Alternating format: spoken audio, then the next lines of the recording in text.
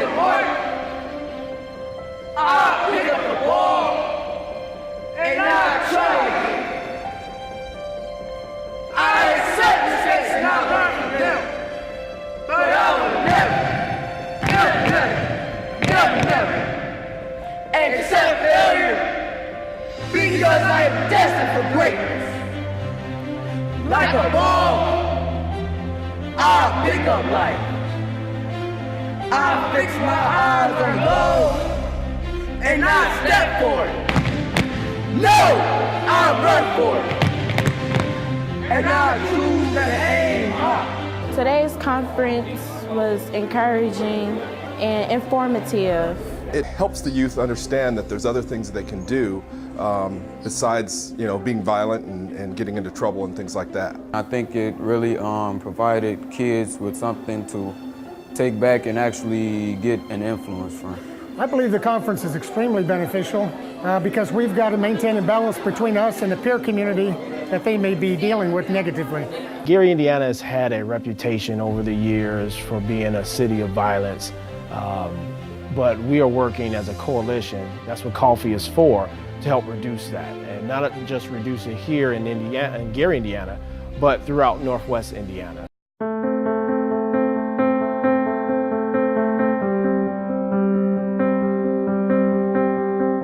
Our community doesn't kill each other.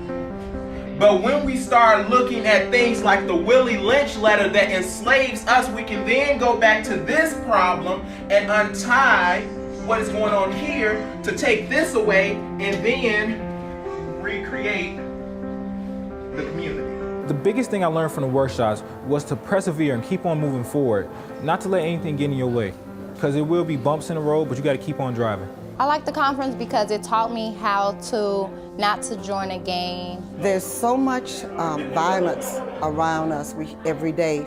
Some child is being shot, and as recently as 2 weeks ago or last week, a 14-year-old shot a 14-year-old.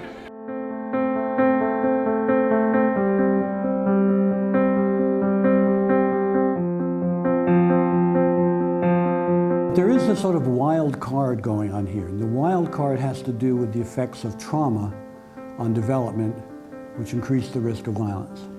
If you have one traumatic experience, chances are you will recover pretty well. In part because the natural processes that surround you typically provide reassurance and kind of psychological first aid. It's okay, you're okay now, it's over. But when you are in an environment that provides repeated traumatic experiences, this therapy of reassurance loses all credibility. You can't say, well, it's okay, things are back to normal. Normal is the problem. I hope that the Stop the Violence conference will curb violence by giving young people those tools that they need to address different situations that they're confronted with. Everybody wants to focus on peer pressure like it's a negative thing. But I would submit to you that you can pressure your peers to do well in school, to volunteer in the community, to achieve every goal that they set for themselves to achieve. There is nothing that requires peer pressure to be negative. The biggest lesson that I learned is not to feed into any of the things that's going on around you, like gangs, violence, shootings and stuff. All our children have a right to grow up in an environment which promotes their maximum potential, that they can grow into be the kind of people they want to be self-supporting, self-sustaining, the kind of adults that go on and have healthy, positive lives. What causes youth violence these days is so many things, so many factors. One, we have the media that has contributed a whole lot to the youth violence. Secondly, the breakdown of the families, I think, is another major contributor of youth violence, because when families are broken up, then you find that kids have no supervision, and then they are influenced by their peers a whole lot of times.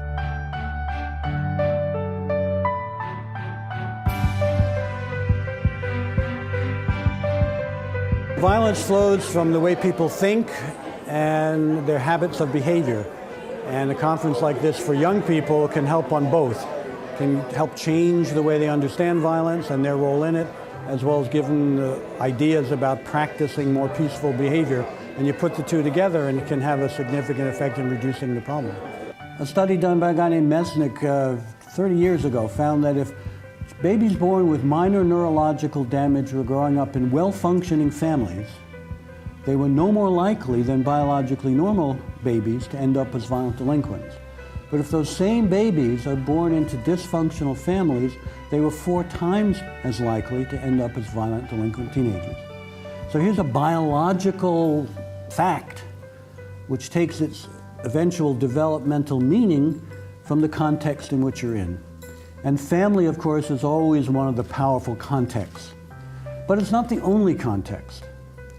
You know, one of our American biases is always to think that it's the parents.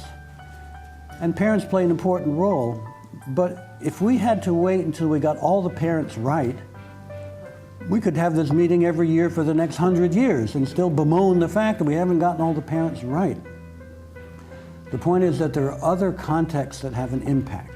It's very clear that fear of violence leads to distrust of the community. It leads to an escalating pattern of preemptive assault, where if you fear you're going to be attacked, you attack first. It leads to more gun carrying because people feel threatened, and that sets off an arms race. And then you get all the issues of repeated exposure to violence, traumatizes kids, which affects their view of the future. It affects their emotional regulation. It affects their ability to concentrate in school. So the more you reduce violence, the more positive things will flow in the lives of young people. We give them a message that there is some opportunity out there for them to be who they want to be without having to succumb to peer pressure to be the other kind of people that's going to end them up in prison or end them up in a place where they're likely to lose their lives. I'm sick and tired of people telling me what the black male is not going to be. See, my history has been around, so I won't back down. You can try to beat me down. I'll cry the tears of a clown, but I won't put my face to the ground. I won't be weighed down. You cannot break me down. You cannot